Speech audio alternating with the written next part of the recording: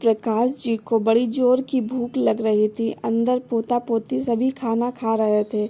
बहू को कई बार आवाज़ लगाने के बाद भी वो खाना लेकर नहीं आई। 1 घंटा होने को आया।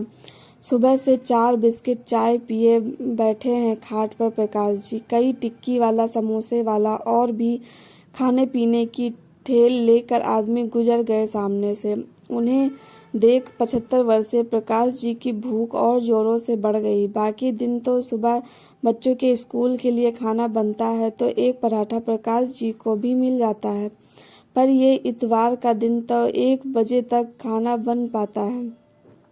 आज तो बच्चों को भी मिल गया, पर घर के बूढ़े बच्चे को नहीं मिला। बेचारे सुबह भोर में ही नहाकर ठाकुर जी को नहलाकर खाने की राह देखते रहते हैं। प्रकाश जी पर जब भूख बर्दाश्त ना हुई तो खुद ही खाट से उठे, रसोई घर में खांसते हुए गए। बहू ने अपना घूंघट बढ़ा लिया। प्रकाश जी ने हाथ केस से 2 रोटी निकाली, कुकर से गर्मा गर्म चावल निकाला, कढ़ाई से आलू गोभी की सब्जी, कटोरी में दाल।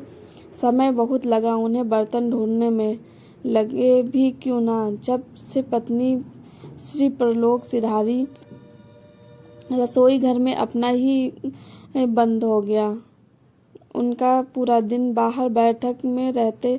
दिन में चारपाई डालकर बाहर चबूतरे पर बैठ जाते, फिर शाम को अंदर आ जाते। बेटा सुबह का दफ्तर गया, रात में ही आता। उसका भी थका हुआ चेहरा देखने को खाट पर लेटते भी नहीं थे प्रकाश जी कि बिटवा को देख लूं तभी सोऊं। ऊपर से उनका बिटवा बच्चों के लिए कुछ न कुछ लाता तो अपने पिता जी को भी 1 पीस निकाल कर जरूर देकर जाता, चाहे वो 1 टॉफी ही क्यों ना हो। प्रकाश जी बड़े मन से बेटे से आराम करने का बोल लेट जाते अपनी खाट पर। पिता को बिना दांतों के टॉफी चबाता हुआ देख बेटे को वो एक बच्चे समान लगते। सही भी तो है, बच्चा बूढ़ा एक समान होता है। बहू भी खाना पानी उन्हें खाट पर दे जाती। जब आज भूख उनके बस में ना रही तो खुद ही चले आए हैं रसोई घर में। तभी प्रकाश जी कांपते हाथों से अपनी थाल उठा रहे थे कि उनका ध्यान फ्रिज की तरफ गया। थाली को स्लिप पर रख उन्होंने फ्रिज खोला, उसमें दही रखा देख उनकी जीभ मचल गई। छोटी सी कटोरी ले उन्होंने 2 चम्मच दही डाला।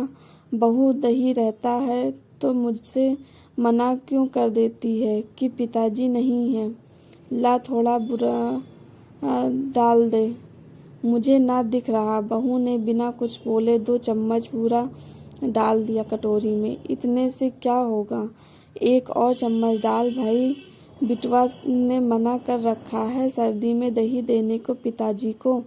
उन्हें बहुत जल्दी जुकाम हो जो जकड़ लेता है, फिर दवाई खाते रहते हैं पूरे जाड़े। प्रकाश जी बाहर अपनी थाल लेकर अपनी खाट पर आ गए।